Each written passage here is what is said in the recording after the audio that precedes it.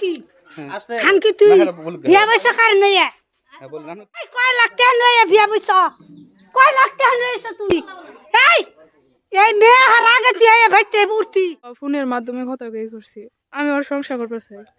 ফোনের ওপাশে কবুল বলে শুরু হয়েছিল একটি সাজানো সংসার, কিন্তু 2 বছর পর সেই নারী যখন স্বামীর ঘরে অধিকার চাইতে এলেন তখন তাকে বরণ করা হলো লাঞ্ছনা আর মারধর দিয়ে।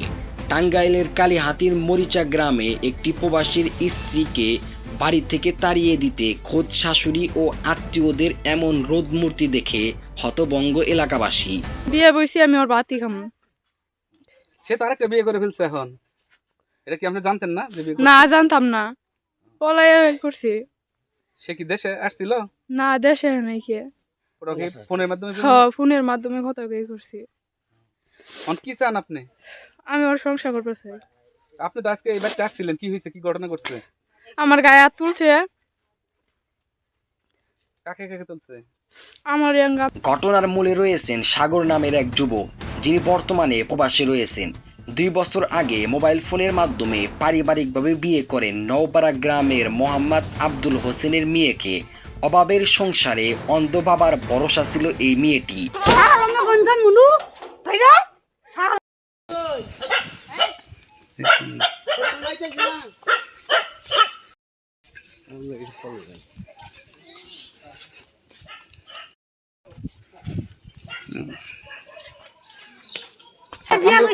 তাই বলেন তো।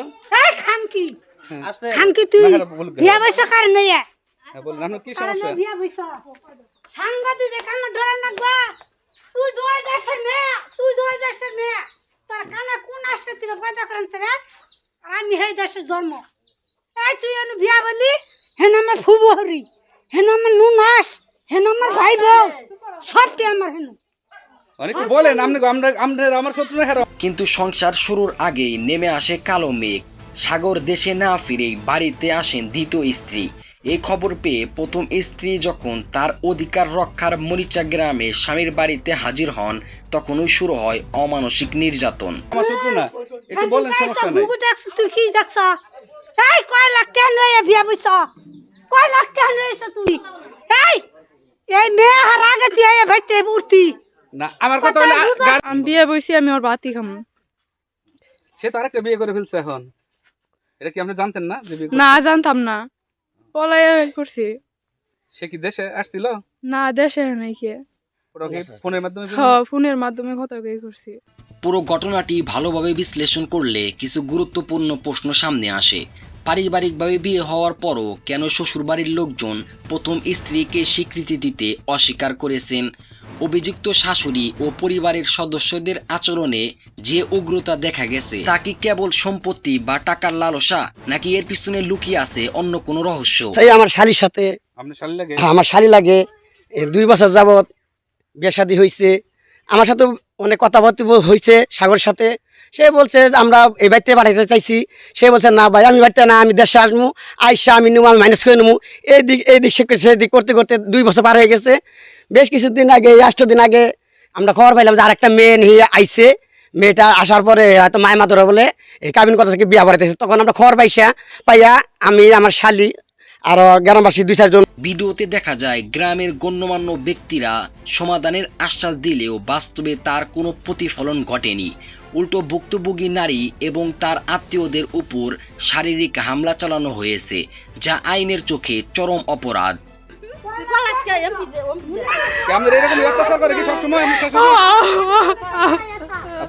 আমাদের সামনে সারি কিন্তু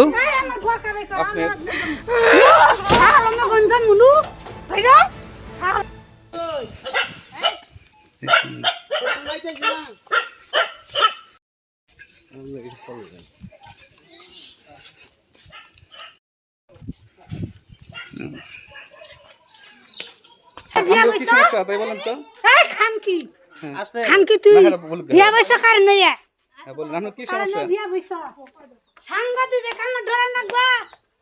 আমাদের সমাজ আজ কোথায় গিয়ে দাঁড়িয়েছে? একজন প্রতিবন্ধী বাবার অসহায় মেয়ে, যার কোনো অপরাধ নেই, তাকে শুধুমাত্র সামাজিক ও অর্থনৈতিকভাবে দুর্বল হওয়ার কারণে এভাবে নির্যাতিত হতে হচ্ছে। প্রবাসীদের বিয়ে নিয়ে এমন প্রতারণা সমাজ ও দেশের জন্য একটি বাজে সংকেত। আজ যদি এই নারী ন্যায় বিচার না পান, তবে ভবিষ্যতে এমন হাজার অসহায় মুখ অবহেলার শিকার হবে। আইন নিজের হাতে তুলে নেওয়া কিংবা কাউকে সরাসরি অপরাধ বলা আমাদের উদ্দেশ্য নয়, তবে আমরা চাই সত্য উন্মোচিত হোক এবং একজন অসহায় নারী তার ন্যায্য অধিকার ফিরে পাক। আমার শত্রু না, হ্যাঁ আমার শত্রু না, একটু বলেন, সমস্যা নাই। গুগু দেখছ তুই কি দেখছ? এই কয় লাখ টাকা লয়ে বিয়া বইছ? কয় লাখ টাকা লয়েছ তুই? এই মেয়ে হার আগে দিয়ে ভাইতে মূর্তি না আমার কথা হলো আমি বিয়ে বইছি, আমি ওর বাতি খাম। সে তো আরেকটা বিয়ে করে ফেলছে এখন। এটা কি আপনি জানতেন না যে বিয়ে না, জানতাম না, পলাই করছি। সে কি দেশে? একজন প্রবাসী স্বামী দূরে থেকে ভিডিও কলের মাধ্যমে যে সংকট জন্ম দিয়েছেন, তার সমাধান কি আদৌ সম্ভব? আপনাদের বিবেকে কি বলে? শাশুড়ির এমন আচরণ নিয়ে আপনাদের মতামত অবশ্যই কমেন্টে জানিয়ে দিবেন। ভিডিওটি ভালো লাগলে লাইক দিন এবং এমন ভিডিও পেতে আমাদের চ্যানেলটি এখনই সাবস্ক্রাইব করুন। ধন্যবাদ। তাতে মায়ের দূর করছে, বকা বাদ্য যা মুখে হয়েছে তাই বকা বাদ্য পারছে। আমরা আঙ্গ বলে 3 লাখ টাকা দিছে, এনে কইয়া আঙ্গ মায়ের দূর করছি। কি চান আপনারা?